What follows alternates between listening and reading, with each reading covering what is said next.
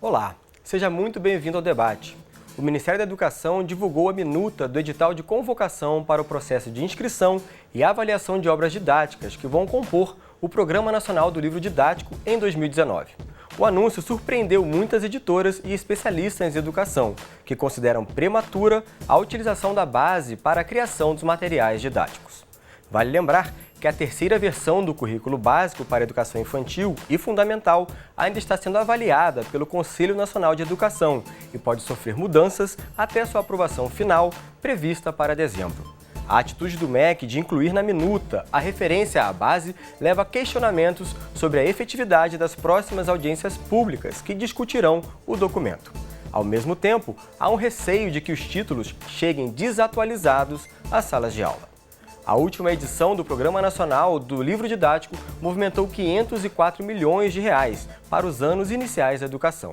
Atualmente, circulam na rede pública mais de 150 milhões de livros didáticos. O Ministério da Educação ainda é o maior comprador de livros didáticos do país, mas as escolas escolhem, entre as obras selecionadas previamente, aquelas que melhor atendem às demandas de ensino e aprendizagem. O debate de hoje vai falar sobre a Base Nacional Comum Curricular e a produção de materiais didáticos. Contamos com a presença aqui no estúdio de Ana Helena Altenfelder, superintendente do Centro de Estudos e Pesquisas em Educação, Cultura e Ação Comunitária, o CENPEC. E também Maria do Pilar Lacerda, que foi secretária nacional de Educação Básica do Ministério da Educação entre 2007 e 2012 e hoje é diretora da Fundação SM Brasil. Muito obrigado às duas pela presença aqui no debate. E eu começo perguntando, que avaliação vocês fazem dessa terceira versão da Base Nacional? Começo por você, Maria. Bem, eu acho que é um longo processo, a base. A terceira versão, ela reflete o trabalho todo que foi feito a partir da primeira e da segunda versão e de uma série de contribuições feitas por diferentes setores, de diferentes atores da sociedade civil, de diferentes organizações, de professores, gestores. Um DIME concede, organizaram seminários em todos os estados para contribuir para o aperfeiçoamento da base. Então, acho que tem um avanço em relação à versão 2, a anterior, embora ela ainda tenha alguns pontos de aprimoramento, sem dúvida nenhuma. E que pontos seriam esses que você acha, Maria? Eu tenho uma preocupação muito forte. A base ela é muito disciplinar, ela está dividida muito rigidamente em disciplinas e em anos, séries. E a própria LDB, desde 1996, já faculta as escolas e sistemas que se articulem por ciclos ou por outras formas de organização.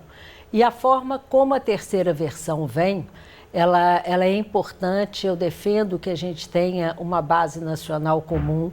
Ela está apontada na Constituição de 88, ela está reforçada na LDB e, ultimamente, no Plano Nacional de Educação, que é fruto de um amplo debate no país e que foi promulgado em 2014. Então, tem uma base legal que legitima termos uma base curricular, que não é o currículo, é o que dará origem e possibilidade de construção do currículo nos estados e municípios, mas da forma como ela está agora, eu acho que ela engessa muito a escola para o que a gente quer de ser uma escola mais flexível, mais contemporânea. Sim. E Ana, como que você entende essa decisão do MEC de já contemplar na minuta do edital a referência à base nacional? Isso pode dificultar o trabalho das editoras no que diz respeito à construção desses materiais didáticos já para 2019? Eu entendo que a base, dentro do processo, inclusive o processo previsto no PNE, que dá a base legal, né? Lembrando que o PNE é o Plano Nacional de Educação, como a Pilar mencionou, ele prevê que esta versão seja enviada ao Conselho Nacional de Educação. E cabe ao Conselho Nacional de Educação fazer uma análise dessa versão, promover audiências públicas que irão começar a partir da próxima semana, dia 7, no Amazonas. Antes de julho, né? Antes de julho. E essas audiências públicas, elas não são pro forma. Elas servem para debater as questões, como essa questão que a Pilar mencionou, e questões, inclusive, específicas de algumas das disciplinas ou das áreas de conhecimento. Então, acho bastante prematuro se pensar em material didático em cima de uma versão que não é a versão final, né? E ela não é a versão final porque o processo previsto não diz assim, né? Então, eu acho prematuro pensar num material didático em cima de uma versão que certamente sofrerá modificações. A gente está falando aqui, no caso, das editoras que produzem materiais didáticos. Mas como que você, Maria, vê, por exemplo, a reação dos professores, educadores, gestores com essa discussão já envolvendo materiais didáticos, previamente, por exemplo, a implementação e, no caso, capacitações junto às redes municipais e estaduais da própria base? Eu vejo que o problema maior é perder a legitimidade do debate que o Conselho Nacional de Educação, com toda a legitimidade que ele tem, que ele vai fazer e vai coordenar. Então, pode passar a impressão para as escolas e para os professores que essa discussão é pro forma, que o que vai valer é o que já está na versão 3. Então, para os professores, pode criar uma certa insegurança.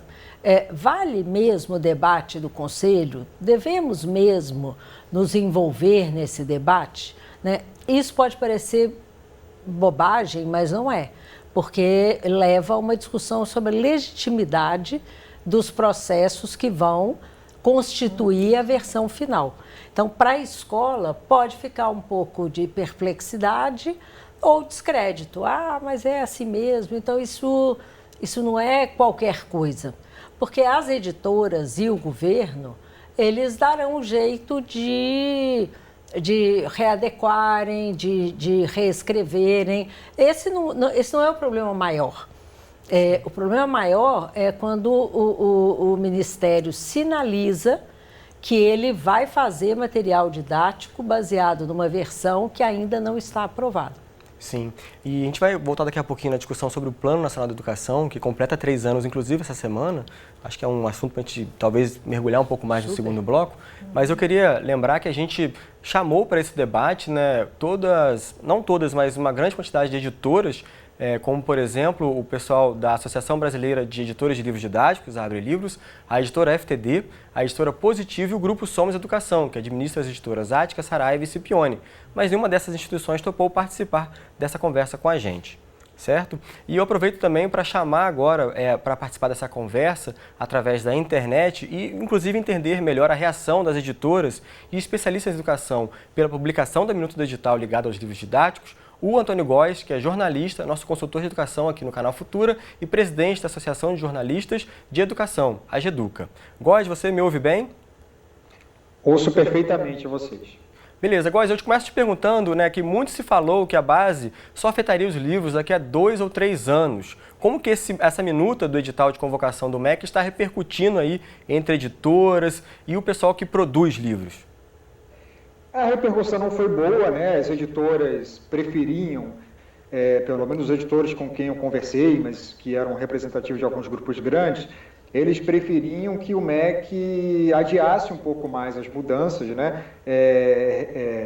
Fizesse que o edital provisoriamente seguisse as mesmas regras do anterior, né? Antes da base, e que deixasse um tempo maior para adaptação. O argumento deles, até um dos editores com quem eu conversei, falava o seguinte, por exemplo, tem uma discussão que o MEC até prevê, quando no edital, na conversa que está tendo com os livros, o MEC argumenta que ele permite a correção de rotas, né? Que isso aí não seria tão problema, que isso aí ele pode fazer o edital e depois adapta de acordo com a versão que vai finalmente surgir do Conselho Nacional de Educação. A questão é que muitos perguntam, por exemplo, você manter um livro didático que, por exemplo, coloque coloque no segundo ano do ensino fundamental a questão da alfabetização. E aí, que foi uma polêmica na base, né? Quando foi lançada, foi uma mudança bastante significativa. E aí, só que aí o Conselho volta atrás e aí a ênfase na alfabetização deve voltar para o terceiro ano do ensino fundamental. E aí, como é que você faz? Você faz uma errata, você lançou um livro para o ano 2, um livro para o ano 3, então isso de fato envolve uma mudança muito grande, como a Pilar estava dizendo, e a Pilar, como secretária de Educação Básica, pode até dar um depoimento mais apropriado sobre isso. Me parece que o que o MEC está tentando ali por um lado, assim, políticas públicas que mexem tanto na base, que é o caso da Base Nacional Curricular Comum, se o MEC não tomar a iniciativa e propor e pressionar, e no caso dos livros didáticos, o MEC tem a faca e o queijo na mão praticamente, porque ele é o maior comprador, né? Então ele tem um dinheiro ali, tem um poder de pressão enorme sobre as editoras. Mas o MEC, eu acho que ele está jogando com isso para tentar impor a mudança. Só que, ao mesmo tempo, se por um lado você precisa, de quem está lá em Brasília, você precisa forçar um pouco para que as coisas andem, se você exagera nessa dose, você pode perder legitimidade justamente na base, com professores, e a gente tem um exemplo que a gente pode falar se houver tempo, mas enfim, a gente tem um exemplo do que está acontecendo nos Estados Unidos, onde foi feito um processo parecido de implementação de uma base curricular comum, o Common Core deles, e uma reportagem muito interessante do repórter Fábio Takahashi, há cerca de um mês na Folha de São Paulo, mostrou como está sendo difícil a implementação lá, apesar do caminhão de dinheiro que se investiu. Então, é um dilema de quem está sentado ali na cadeira de secretário de Educação Básica, de ministro da Educação, mas eu temo que o governo possa errar na mão aí, nesse equilíbrio que é. Você tem que induzir a mudança, mas você tem que respeitar o ritmo também que os professores vão aceitar, que as redes vão aceitar. Então, acho que é delicado esse equilíbrio aí. Certo. Agora já chamo você mais um pouquinho para participar, né, daqui do debate e trago essa questão, essa provocação que o Góes fez a vocês. Vocês concordam que a dificuldade é conseguir encontrar esse equilíbrio entre a demanda que a base traz, né, de você trazer essas mudanças, por exemplo, com relação a um currículo que vai atender toda a rede nacional e, obviamente, pressões econômicas, pressões políticas, muitas vezes. Como que vocês veem essa questão do equilíbrio aí nessa área da educação e, consequentemente, a implementação da base? Deixa eu começar. Olha, eu acho que a implementação da base, quer dizer, tem duas questões que são bem diferentes, né? E é importante pensar isso, que não é só ficar pronto o documento da base, a versão 3 ou a versão final, aprimorada pelo Conselho, homologada pelo MEC. Exatamente, o trabalho de implementação que é o grande desafio. Acho que é isso que o Góes se refere quando ele fala da reportagem do Takahashi. Como é que implementa a base? Como é que faz ela sair do papel e chegar de verdade nas secretarias estaduais, municipais e depois na escola? Uma outra coisa que nós temos que pensar é que a base não é o currículo. Depois que a base for homologada, os municípios e os estados precisarão fazer os seus currículos a partir desta base. E daí tem todo um processo no qual é importante a participação efetiva dos professores, dos gestores, dos pais, famílias, comunidades, alunos, né? Todo um trabalho para que realmente se aproprie da base. E nesse processo, o material didático, que não é só o livro didático, tem um papel importante. O material didático é a formação de professores e a avaliação, que tem que ser pensado como um todo articulado, né? E o que a gente vê é que o edital está falando do livro didático, que é um aspecto. Mas se a gente não pensar em todas essas medidas de maneira articulada, corremos o risco de a base realmente não conseguir ser implementada. Agora, ainda mais nesse jogo que entram todas essas pressões que você mencionou.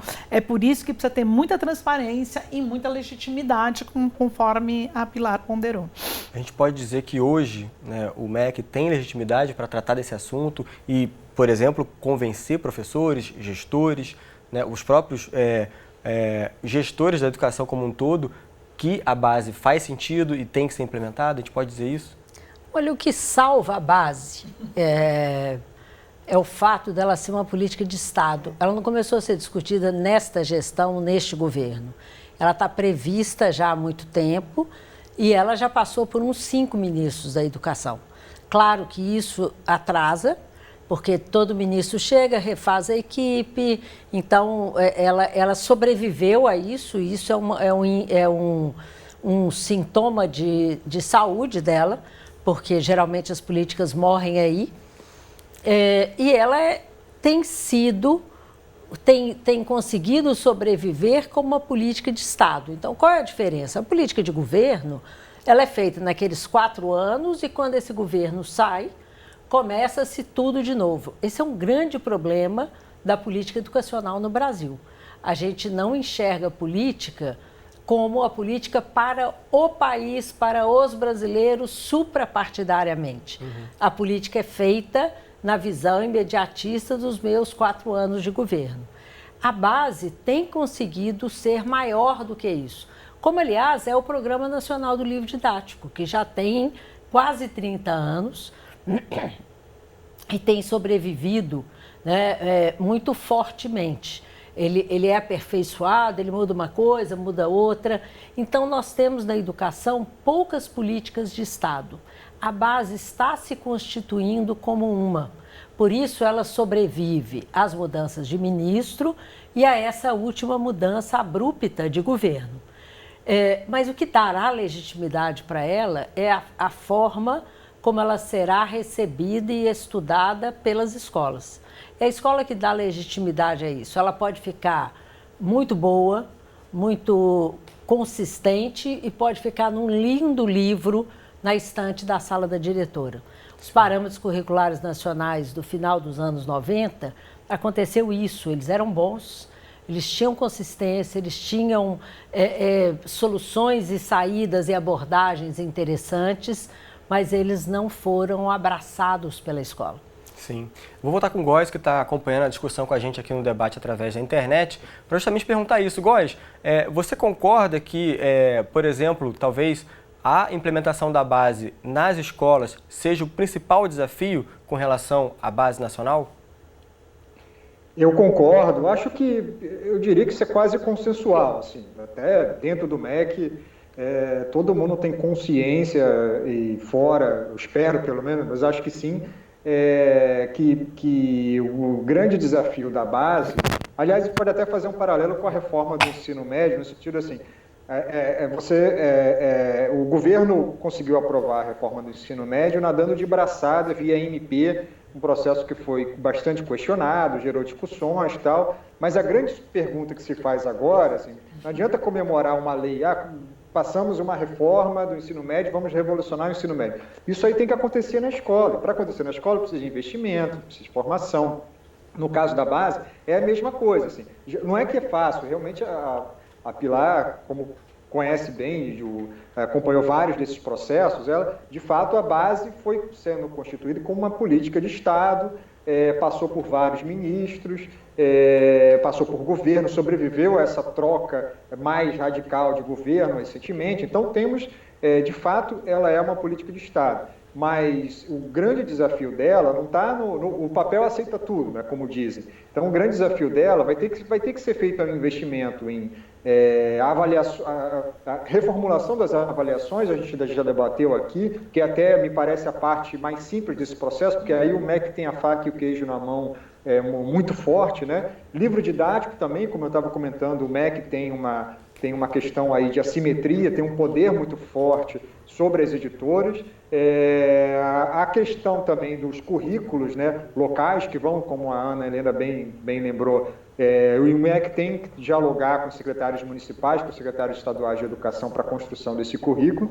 E, por fim, tem um tema que a gente ainda vai debater no futuro, que é o mais, na minha opinião, mais difícil, mais sensível, que é a formação de professor. Aí é muito mais difícil o poder do MEC de conseguir reformular. Vários ministros que passaram pelo cargo de diferentes partidos tentaram mexer nessa questão de formação de professor e não conseguiram. Então, é um processo complexo, não adianta você fazer só uma perna, só reformar o livro didático, só fazer a avaliação se a formação de professor não for adequada. Então, de fato, Assim, é uma política pública complexa e cuja maior complexidade dela está justamente na implementação. E por isso que como eu estava comentando aqui antes, assim, por um lado, é óbvio que o MEC tem que se mover, tem que cutucar as redes, né? Assim, se você não basta passar a lei e achar que as coisas vão acontecer naturalmente. Então tem que ter políticas para incentivar, para forçar que as mudanças comecem a ocorrer em sala de aula. Mas se o MEC erra na mão disso e tenta impor mudanças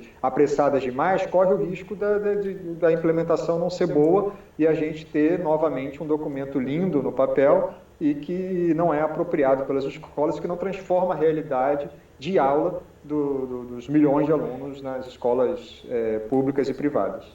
Beleza, Góes, muito obrigado pela participação com a gente aqui no debate e a gente espera te encontrar aí na próxima edição do debate sobre a Base Nacional. Um grande abraço. Um abraço e eu que agradeço a vocês. Bom, voltando agora à discussão sobre a questão dos materiais didáticos, né? A gente está falando de materiais didáticos, não de livros didáticos, justamente para ampliar um pouco a discussão sobre o que são essas ferramentas que os professores utilizam em sala de aula. O que a gente tem que pensar, levando em consideração agora, por exemplo, essa minuta e o próprio edital do PNLD? Que materiais são necessários visando aí esse aluno do século XXI, hiperconectado, né? E, enfim, com uma gama de informações nas mãos? Eu não tenho nenhum preconceito contra o livro didático. Quando eu comecei a lecionar muito novinha, ainda fazendo faculdade, eu fui descobrir que eu não sabia o que era estar em sala de aula. Eu sabia o conteúdo de história, mas os livros me ajudaram muito. Os livros que os alunos usavam. Era importante o livro do professor, era importante as respostas, era importante as dicas. Aos poucos, eu fui me formando na prática, fui me formando teoricamente. Tinha um grupo de professores de história da escola que eu trabalhava, que se reunia, que estudávamos. O livro deixou de ser aquela coisa tão importante. Ele era bom, eu usava de vez em quando, mas eu usava muitas outras coisas.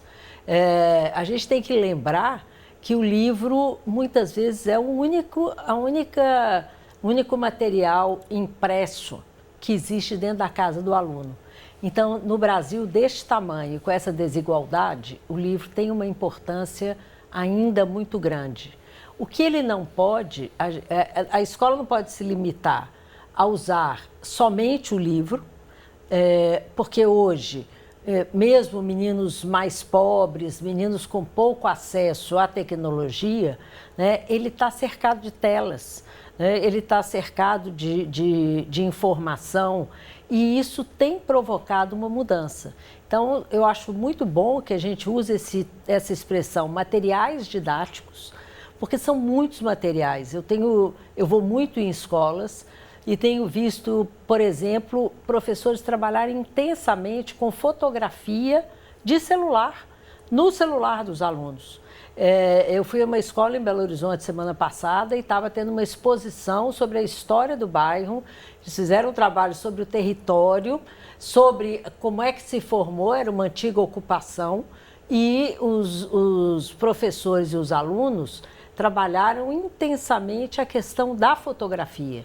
E aproveitaram e estudaram história da fotografia, tinha fotos do Cartier-Bresson, tinha fotos do Sebastião Salgado, um trabalho profundo, né, em que se utilizou o livro, se utilizou muita coisa de geografia, muita coisa de história, mas também o celular, a impressora, eles foram lá, conseguiram, imprimiram todas as fotos.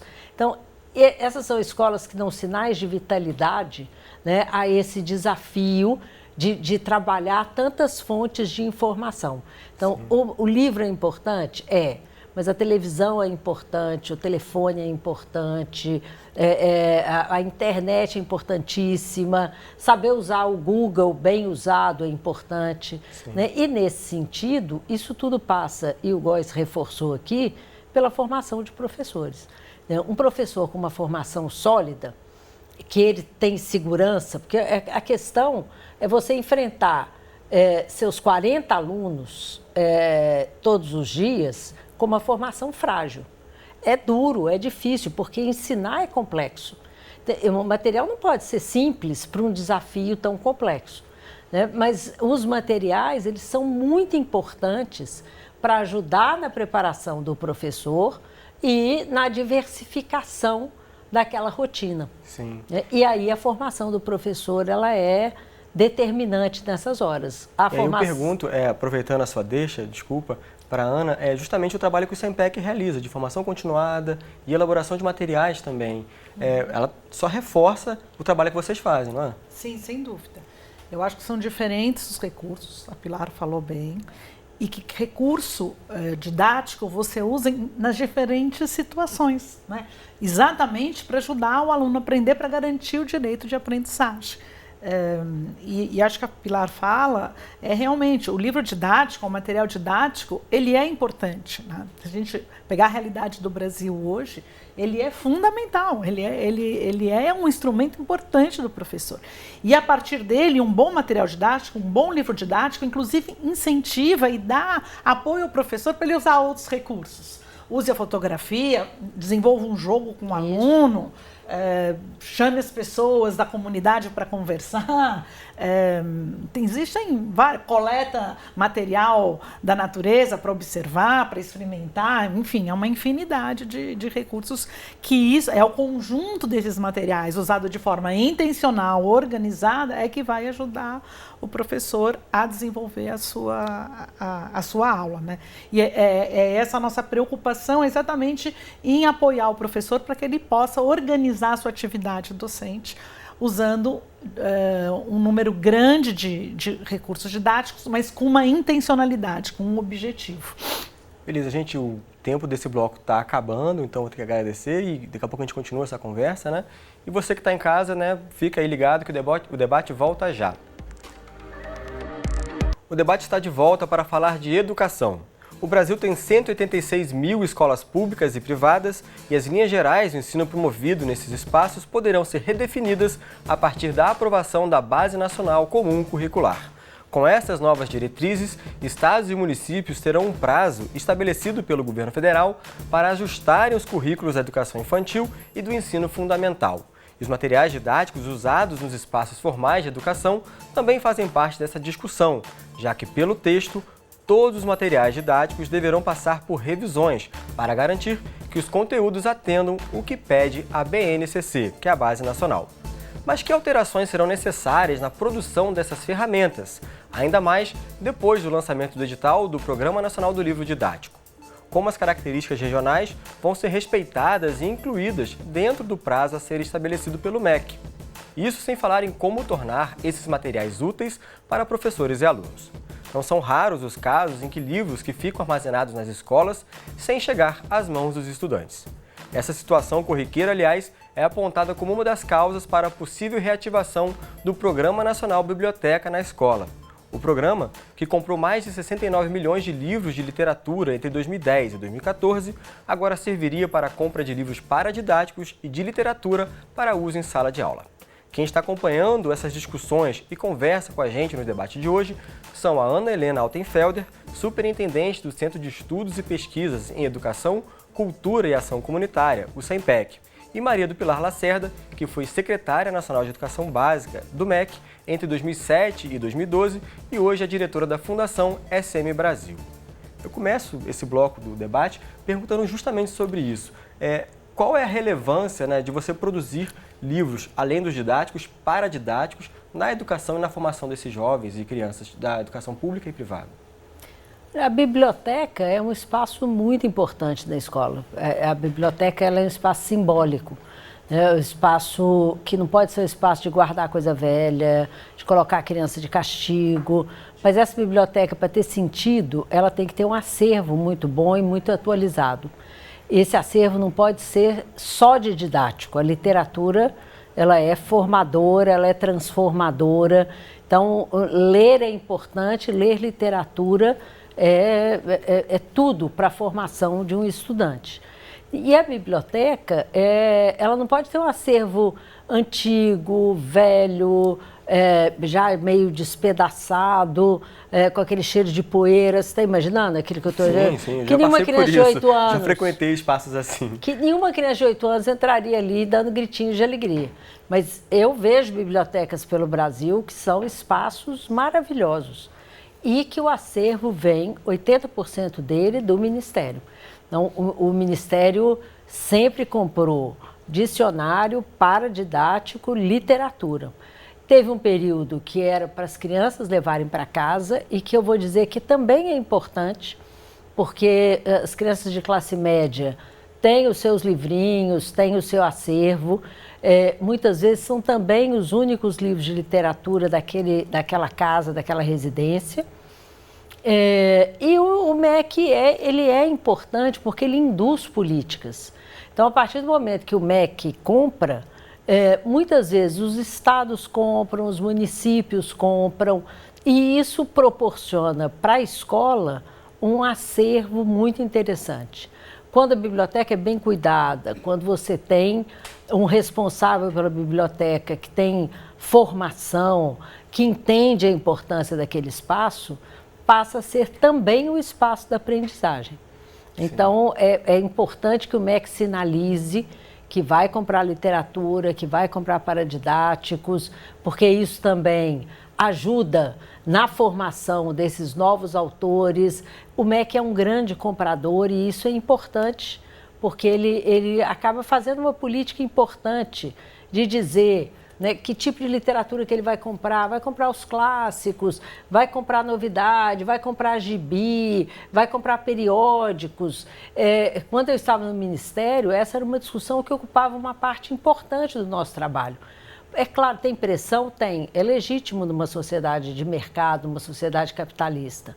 Cabe a você responder pedagogicamente a estas pressões. Sim. Mas eu acho que é uma boa sinalização e é uma sinalização importante que o Ministério aponte a importância do material didático de qualidade, atualizado e em uma biblioteca que é um espaço de aprendizagem. Você acredita, Ana, que a gente tem hoje bibliotecas, né? Ela falou de alguns exemplos, mas no geral a gente pode dizer que hoje o Brasil está bem guarnecido de bibliotecas em escolas públicas ou ainda é algo a ser alcançado? Eu acho que a gente tem várias escolas, eu conheço muitas escolas com bibliotecas bastante interessantes, um trabalho bem bonito. Muitas vezes os diretores ou secretarias fazem um trabalho e bastante proativo para conseguir os livros. Então, eu acho que, de uma maneira geral, a gente pode dizer que a gente vê bibliotecas bem interessantes. Agora, infelizmente, ainda encontramos bibliotecas trancadas. Ainda encontramos bibliotecas que são depósitos da escola. Né? Uma das causas no ano passado, né, daquelas ocupações das escolas, né, por alunos secundaristas, muitos revelaram justamente isso, Exatamente. que as escolas estavam com suas bibliotecas fechadas, livros didáticos de muitos anos sequer utilizados porque estavam guardados, trancafiados. Livros didáticos, às vezes até ainda com o papel, papel de embalagem, que não são usados. Mas quando a gente vê essa situação, e infelizmente ela é em maior quantidade, mais frequente do que gostaríamos de ver, eu acho que isso não deve gerar uma reação de falar, olha, então não vamos mais ter o programa da biblioteca na escola, não vamos mais ter o programa do paradidático. Muito pelo contrário, isso deve trazer os subsídios para pensar como é que nós vamos fazer a formação dos diretores de escola e dos professores para que eles exatamente percebam a importância fundamental que tem a biblioteca para a formação do leitor, que a Pilar está dizendo. Né? Em vez de, olha, já que eles não usam mesmo, vamos guardar ou não vamos distribuir livros. E os alunos, conversar com os alunos, conversar com a comunidade da escola, com as famílias, para que elas possam perguntar para os diretores da escola, cadê a biblioteca da escola que todos nós temos direito a frequentar, a usar, enfim, porque é fundamental. Mas tem trabalhos bastante interessantes de biblioteca a serem conhecidos. A gente volta àquela discussão de que o difícil é implementar Ficou difícil implementar. Verdade. Porque livro tem. A gente ressalta, né, que convidou também para esse debate o Ministério da Educação para participar da conversa. E, em resposta, por meio do setor de comunicação, o Ministério informou que não se manifestaria, abre aspas, uma vez que a Base Nacional Comum Curricular não está inteiramente homologada pelo Ministro de Estado, podendo ser modificada. A etapa do ensino médio ainda não foi entregue ao Conselho Nacional de Educação e, portanto, pode ser modificada antes e depois da entrega. Fecha aspas. E aí eu aproveito, né, essa deixa para falar sobre a produção própria de material didático que algumas secretarias de educação vêm fazendo. A gente tem ali o exemplo de Rio e São Paulo, secretarias municipais que produzem seus materiais. Como que vocês veem isso? Começando com você, Pilar. Eu acho que quanto mais e melhor e diversificado os materiais, melhor para o estudante. Não tem por que ser só o livro ou ser só o aplicativo tal ou tal. O material didático tem que ser diversificado e muitas vezes existem muitas experiências no Brasil muito interessantes de professores que escrevem o material. O Paraná, uns 10 anos atrás, fez uma experiência que era sensacional. Eu desenvolvia um bom capítulo sobre a história do Brasil colônia. Passava por especialistas e era anexado ao material que era o material usado pela rede. Ele não pode ser o único. Ele é complementar, no caso. Ele tem que ser complementar. Quanto mais materiais, melhor para o próprio professor. E aí eu reforço o que a gente já disse aqui. Vai depender muito da formação desse professor. Ele tem que ter maturidade, segurança e conteúdo para ele fazer as suas escolhas. Hoje ele usa o livro, amanhã ele mesmo leva um texto que ele fez, depois ele vai para o cinema, mas isso passa pela formação, sem dúvida. Vocês no CEPEC acompanham algum outro caso semelhante a esses que eu falei, do Rio e de São Paulo? Sim, eu acho bastante interessante quando a secretaria, seja municipal ou estadual, possibilita a construção do material didático próprio, porque dá protagonismo da autoria para o professor, como a Pilar está dizendo. E muitas vezes esse processo ele é formativo. O próprio fato de se debruçar sobre a produção de um material traz um processo de reflexão que articula teoria e prática. Nós, há alguns anos atrás, entre 2008 e 2010, nós acompanhamos a Secretaria Estadual de Educação. Na época, eles estavam fazendo uma reorientação do currículo de Fundamental 2. E depois que o currículo ficou pronto, os professores fizeram algumas sequências didáticas, que é um conjunto de atividades das diferentes disciplinas. E produzidos em colaboração. Então, a equipe da Secretaria de Educação fazia uma formação nas diferentes regionais de ensino e um grupo de professores, então, produzia uma sequência didática coletivamente, ela voltava para a Secretaria, nós ajudávamos os especialistas da Secretaria a fazer alguns comentários e uma sugestão de aperfeiçoamento e voltava para as escolas, para os grupos de professores, enfim, todo esse caminho de ir e vir era formativo, ajudava os professores a pensarem e depois isso, então, era compartilhado no Estado como um todo. E foi bastante nesses casos, favorece, inclusive, a inclusão do regionalismo, né? Sim, sem dúvida, acho exatamente. Que é um aspecto que a gente falou aqui no início desse bloco, que nesses momentos de discussão com gestores, professores, nessa construção colaborativa, vêm esses assuntos que estão ali correlacionados à base. Muitas vezes o material didático que o MEC compra não traz, e ali as escolas podem criar seus próprios materiais. Inclusive, o pessoal de História tinha toda uma parceria com a Universidade de Goiás, buscando exatamente isso, porque a maioria dos livros produzidos pelas editoras não traz a história de Goiás, que como todos os estados, tem uma coisa muito rica, né? Para incluir nessas sequências didáticas, então, a história do estado. Que tem que existir uma curadoria muito boa. Quer dizer, você não pode ser qualquer coisa, mas se você tem um grupo de especialistas que faz a leitura crítica, aliás, como se faz uma editora, né, como se faz na universidade, você mantém a qualidade desse material. A gente vai falar justamente agora com alguém que faz esse trabalho de curadoria através da internet mais uma vez, já que entre as novidades da nova base comum curricular está o cumprimento de conteúdos em séries específicas. Os livros didáticos terão que se adaptar a esse novo modelo, mas uma série de críticas surge com essa mudança. O conceito de ciclos de aprendizado é deixado de lado em nome do cumprimento de prazos. Para falar um pouco sobre esse assunto, a gente chama agora para a conversa o Antônio José Lopes, que é professor e consultor de matemática de diversas instituições públicas e privadas. Ele também é assessor de matemática de escolas do ensino fundamental e médio. Tudo bem? Você consegue me ouvir? Eu consigo, tudo bem. Como tudo bem? Vamos lá. Como educador, como que você acredita que as discussões da base vão ser influenciadas por essa medida do governo de trazer já, nesse documento aí, a minuta do edital do PNLD, algumas referências já à base nacional? Olha, vamos por partes, né? Essa discussão da base, eu parto do princípio de que ela não está ocorrendo tal como está aparecendo na propaganda da TV, né? A propaganda da TV, ela procura criar um clima, né, de que a base vai resolver todos os nossos problemas.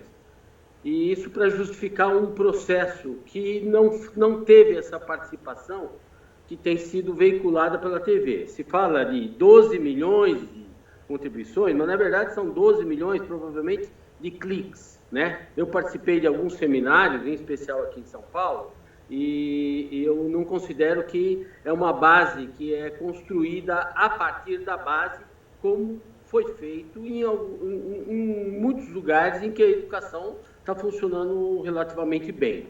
Essa base, ela traz algumas questões que, para mim, são muito problemáticas. Uma delas é exatamente essa questão de agora vamos acabar com o ciclo, sem que a gente tenha discutido se os ciclos funcionaram ou não funcionaram, né? E vamos voltar a um modelo seriado, né? A última minuta do edital do PNLD já exige que os livros sejam escritos de acordo com essa estrutura, que é uma estrutura engessada, tá? Que amarra não só as práticas didáticas dos professores, né, mas também os materiais que vão dar apoio aos professores. E a questão principal que eu quero apontar, não é baseado em estudos científicos sobre processo de aprendizagem.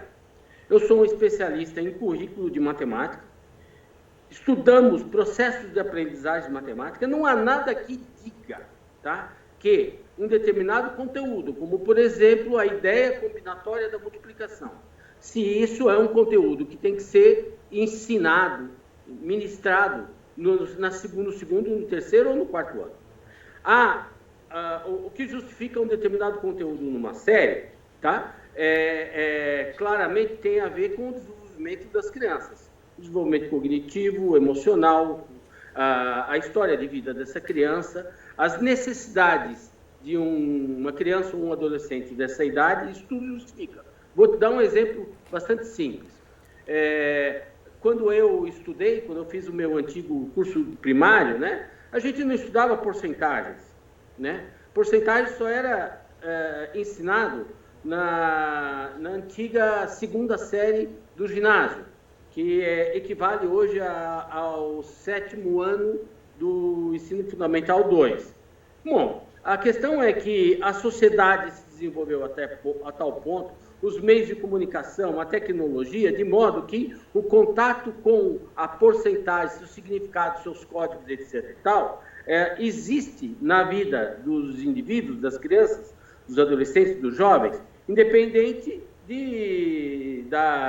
do programa que se cumpria. Então havia uma necessidade social, né, desse conteúdo ter um tratamento nas séries anteriores. Mas mais importante disso tudo é que existem estudos sobre processo de aprendizagem, sobre como as crianças aprendem, estudos de psicologia cognitiva, estudos sobre obstáculos epistemológicos, que mostravam que, sim, crianças menores poderiam aprender ideias e porcentagens, o que não significava que teriam que aprender uma teoria sobre porcentagens, como era nos anos 50, 60.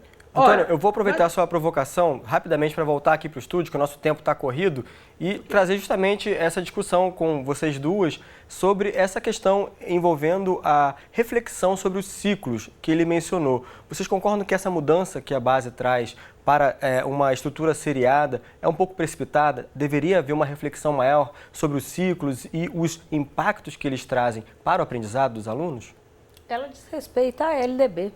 É uma mudança ilegítima e ilegal. Isso terá que ser revisto com toda certeza, porque a Lei de Diretrizes e Bases, aprovada em 96, ela é muito clara quando ela fala, primeiro, da autonomia da escola, que é uma coisa muito estruturante da lei, e segundo, da flexibilidade de organização. A escola pode se organizar por ciclo, por série, por módulos.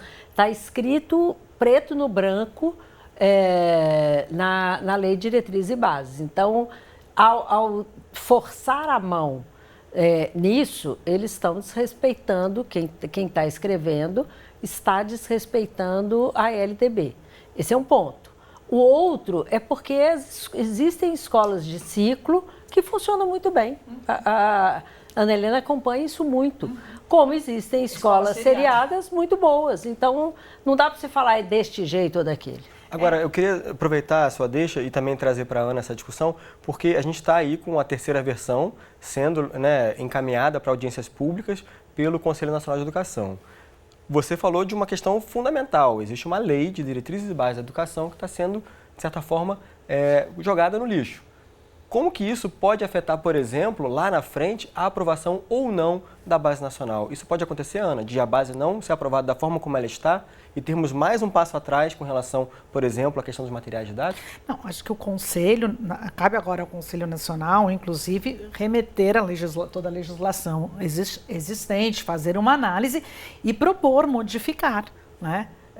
O Conselho tem essa prerrogativa e, sem dúvida nenhuma, de alterar o texto da versão da base. Inclusive neste e em outros aspectos. Porque você pode ter um livro, tem problema. Um livro para o primeiro, para o segundo, para o terceiro. Depois... A escola, como tem uma escola em São Paulo, que é a Amorim Lima, os estudantes trabalham por projeto. Então, tem dias que os meninos de 8 anos estão usando o livro dos de 12. Tem dias que os de 12 estão usando os livros dos de 8. Então, não tem problema ter este livro seriado. O que você não pode é induzir que todas as escolas se organizem de maneira seriada. Vou aproveitar, então, essa deixa de vocês e voltar mais uma vez com o Bigode, que está com a gente pela internet, fazendo parte desse debate. Bigode, você que produz material didático, né, que lida diariamente com esse trabalho, como que você está se sentindo nesse momento com relação a essa discussão aí envolvendo a produção do material, se vai ser seriado, se vai ser por ciclos? Você, enquanto produtor de livros, está no momento de insegurança ou você vai fazer aquilo que o MEC está pedindo nessa minuta e possivelmente no edital? Olha, insegurança eu não tenho. Eu sei escrever livros, eu tenho experiência com livros, escrevo materiais de vários gêneros. Sou capaz de escrever um material didático com essas características, né? Mas realmente o edital ele ele tem um risco muito grande dele engessar as práticas didáticas, porque o professor trabalha muito em cima do material. É claro que existem exemplos variados de escolas que trabalham diferente, mas existe um Amorim Lima aqui na cidade de São Paulo e só, né? O resto a gente vai encontrar em meia dúzia, no máximo 20 ou 30 boas escolas privadas que têm um projeto pedagógico próprio. Eu ando pelo Brasil afora, então já estou indo para o Piauí amanhã. E o que eu vejo, assim, em muitos lugares, o professor muito dependente do material didático, até porque, em alguns casos, ou muitos casos, o material supre o problema da formação do professor. Então, o que eu vejo é que o livro amarrado, do jeito que vai ser feito, com prazo curtíssimo, né, para os autores terem que refazer sua proposta didática, o projeto didático pedagógico da obra, tá? Isso é muito, muito prejudicial né? Eu vejo a tendência das editoras de fazer pressão e terceirizar a construção de parte dos livros para poder garantir que eles sejam escritos no prazo certo. Isso daí é realmente uma coisa que vai na contramão, principalmente de quem escreve livro a partir de concepções de um projeto político-pedagógico. O livro não é uma mera apostila com uma lista de tópicos que você vai ticando e dizendo, dei esse. Mas eu acho que a tendência é essa. Está todo mundo um pouco apavorado? Eu não estou, tá? Mas eu estou vendo editores, colegas, etc. e tal, tá? Porque já era difícil refazer um livro com 6 meses de prazo para inscrição.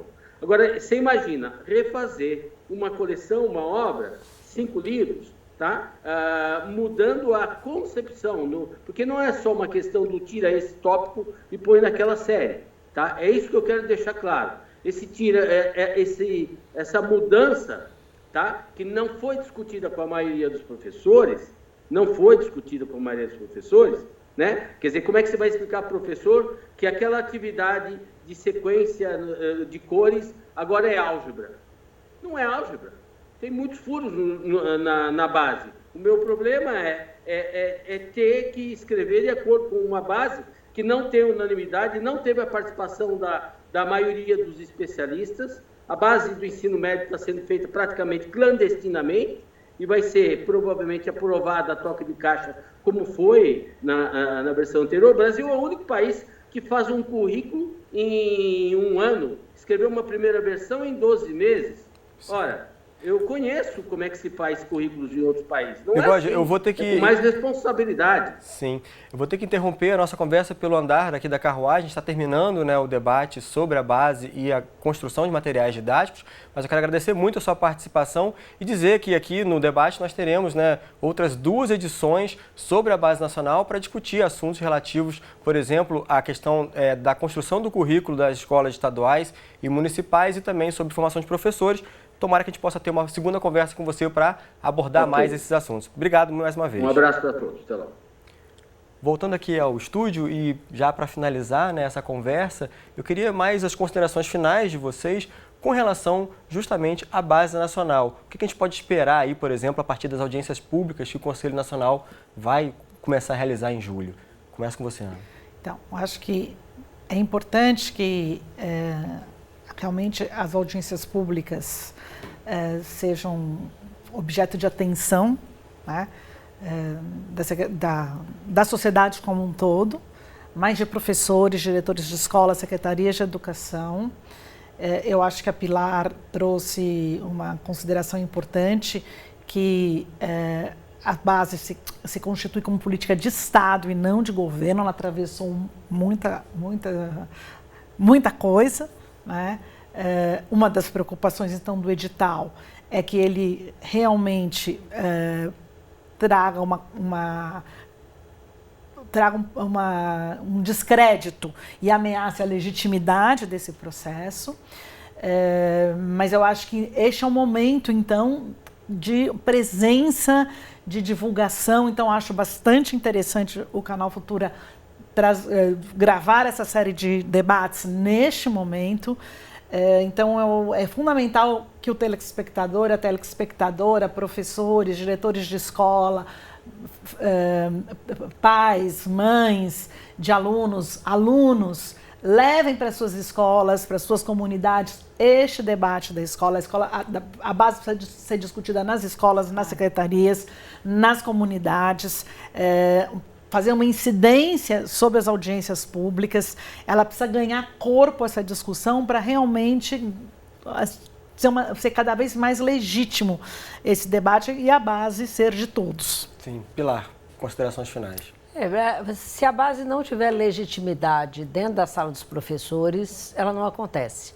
Eu já participei de muitos projetos e faço hoje uma visão histórica crítica. Aqueles que foram feitos de cima para baixo, quando mudou o governo, quando alguém piscou, a escola voltou a fazer aquilo que ela sabia fazer.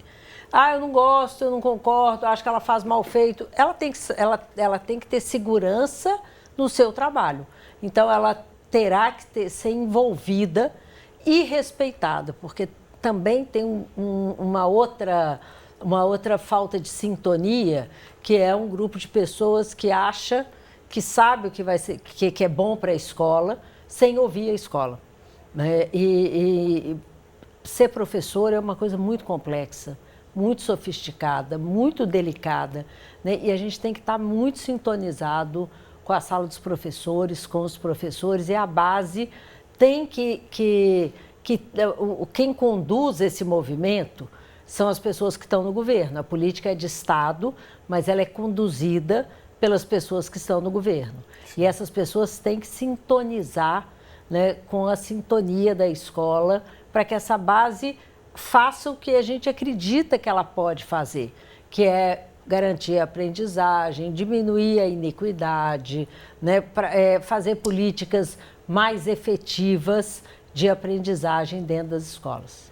Bom, o debate está ficando por aqui. Eu agradeço muito a participação de vocês, com ideias, com experiências próprias em sala de aula. Muito obrigado mais uma vez.